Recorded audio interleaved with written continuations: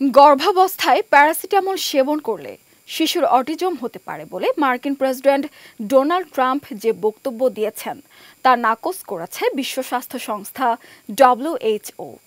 বুধবার এক বিবৃতিতে সংস্থাটি বলেছে, জ্বর ও ব্যথার এই ওষুধের সঙ্গে এখন পর্যন্ত অটিজমের কোনো সম্পর্কের বৈজ্ঞানিক প্রমাণ পাওয়া যায়নি।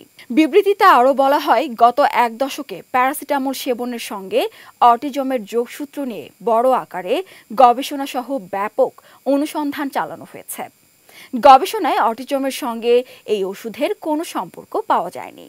বিশ্বজুড়ে প্যারাসিটামল নামে পরিচিত ওষুধটি যুক্তরাষ্ট্র ও জাপানে অ্যাসিটামিনফেন নামে পরিচিত। যুক্তরাষ্ট্রে ওষুধের দোকানগুলোতে এটি টাইলেনল নামে বিক্রি হয়।